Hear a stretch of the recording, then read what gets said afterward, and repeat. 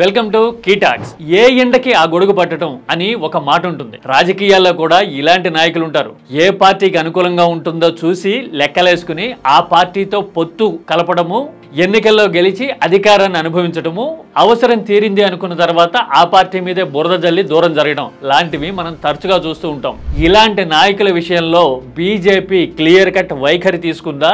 ఇలా పొత్తుల్ని ఎత్తుగడల్ని ఊసర వెల్లిలా రంగులు మార్చే నాయకులకి ఇక క్లైమాక్స్ చూపించడానికి సిద్ధమవుతుందా? అసలు కారణం ఏంటి? పొత్తులు ఎత్తుగడలతో రాజకీయాన్ని తమకు అనుకూలంగా మలుచుకోవడానికి ప్రయత్నం చేసిన నాయకులు ఇప్పుడు ఎట్లాంటి సిచ్యువేషన్ ఎదుర్కోబోతున్నారు? డీటెయిల్ గా చూద్దాం. అంతకంటే ముందు కీటాక్స్ ని సబ్స్క్రైబ్ చేయడం మీరు మర్చిపోకండి.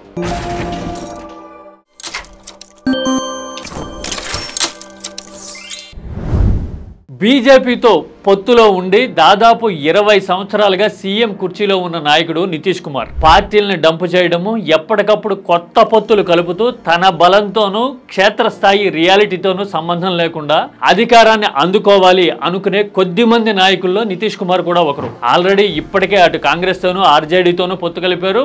మళ్ళీ ఆ పొత్తు తెంచుకొని బీజేపీతోనూ కలిశారు. ఇలా మల్టిపుల్ టైమ్స్ ఆల్రెడీ చేసేశారు.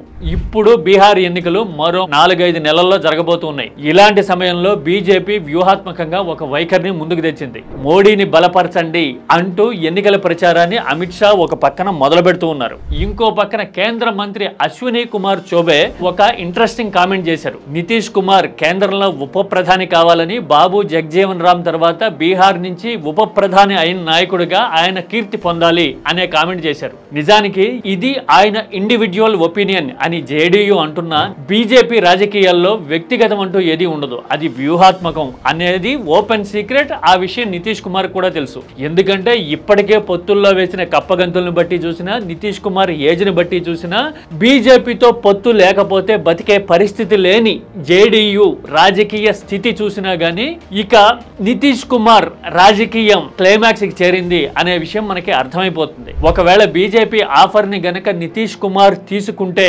కేంద్రంలో ఉప ప్రధాని పదవి రావచ్చు. ఇక రాష్ట్రంలో అధికారాన్ని జేడీయూ ఫర్ ఎవర్ వదులుకోవాల్సి ఉంటుంది. బీజేపీ స్టీరింగ్ అందుకోవడం ఖాయమైపోతుంది. ఒకవేళ బీజేపీ ఆఫర్ ని గనక నితీష్ కుమార్ తీసుకోకపోతే ఇప్పుడున్న పొలిటికల్ అట్మాస్ఫియర్ ని బట్టి బీహార్లో గనక జేడీయూ కూటమి ఓడిపోతే నితీష్ కుమార్ రాజకీయం ఫర్ ఎవర్ క్లోజ్ అవుతుంది. ఇక కేంద్రంలో కూడా బీజేపీ పదవి ఇవ్వనే ఇవ్వదు. ఈ రెండు ఆప్షన్స్ నితీష్ కుమార్ ముందు కనబడుతున్నాయి. అయితే నితీష్ ని సమర్థించే వాళ్ళు, నితీష్ ఒకవేళ కేంద్రానికి వెళ్లే పరిస్థితి వచ్చినా రాష్ట్రంలో జేడీయూని నిశాంత్ కుమార్ చూసుకుంటాడు అని కొందరు మాట్లాడుతూ ఉన్నారు. ఇక్కడే ఒక మాట చెప్పాలి. తండ్రి అధికారంలో యాక్టివ్ గా ఉన్నప్పుడు పెత్తనము ప్రకటనలు ఎవరైనా చేస్తారు. మరీ ముఖ్యంగా ప్రాంతీయ పార్టీల్లో యువ నాయకులు తండ్రి పెత్తనాన్ని అడ్డం పెట్టుకుని చెలరేగిపోవడం అనేది మనం చూస్తూ ఉంటాం. ఇలాంటి వాటిని బీజేపీ పెద్దగా ఖాతరు చేసే అవకాశం ఉండదు. ఎందుకు అంటే వారసత్వం ఉన్నప్పటికీ సొంతంగా అధికారంలోకి వచ్చిన అఖిలేష్ యాదవ్ లాగో, జగన్మోహన్ రెడ్డి లాగో ఉంటే ఒక రకం, పోనీ పార్టీని అధికారంలోకి తీసుకురాలేకపోయినా బలమైన శక్తిగా రిలవెంట్ గా నిలపడంలో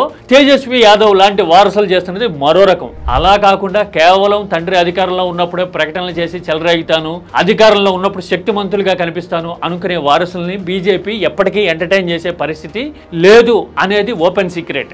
ఇలాంటి సమయంలో నితీష్ విషయంలో బీజేపీ ఎలాంటి క్లైమాక్స్ చూపించబోతోంది అనేది దేశవ్యాప్తంగా ఆసక్తి రేకెత్తిస్తోంది. ఇది కేవలం బీహార్ కి సంబంధించింది మాత్రమే కాదు, ఎన్డీఏ రాజకీయాలకు సంబంధించింది. అంటే దేశవ్యాప్తంగా పొత్తులో ఉన్న పార్టీల భవితవ్యం మీద ప్రభావం చూపించబోయే పరిణామం ఇది. అందుకోసమే ఇప్పుడు బీహార్ లో సిచ్యువేషన్స్ ని, మారుతున్న ఈక్వేషన్స్ ని తెలుగు రాష్ట్రాలతో సహా దేశమంతా ఇంట్రెస్టింగ్ గా చూస్తోంది. మీరేమంటారు? పొత్తు రాజకీయాల్లో బీజేపీ ఎత్తుగడ ఎలాంటి టర్న్ తీసుకునే అవకాశం ఉంటుంది? మీ అభిప్రాయాన్ని కామెంట్ లో చెప్పండి. Don't forget to subscribe కీటాక్స్.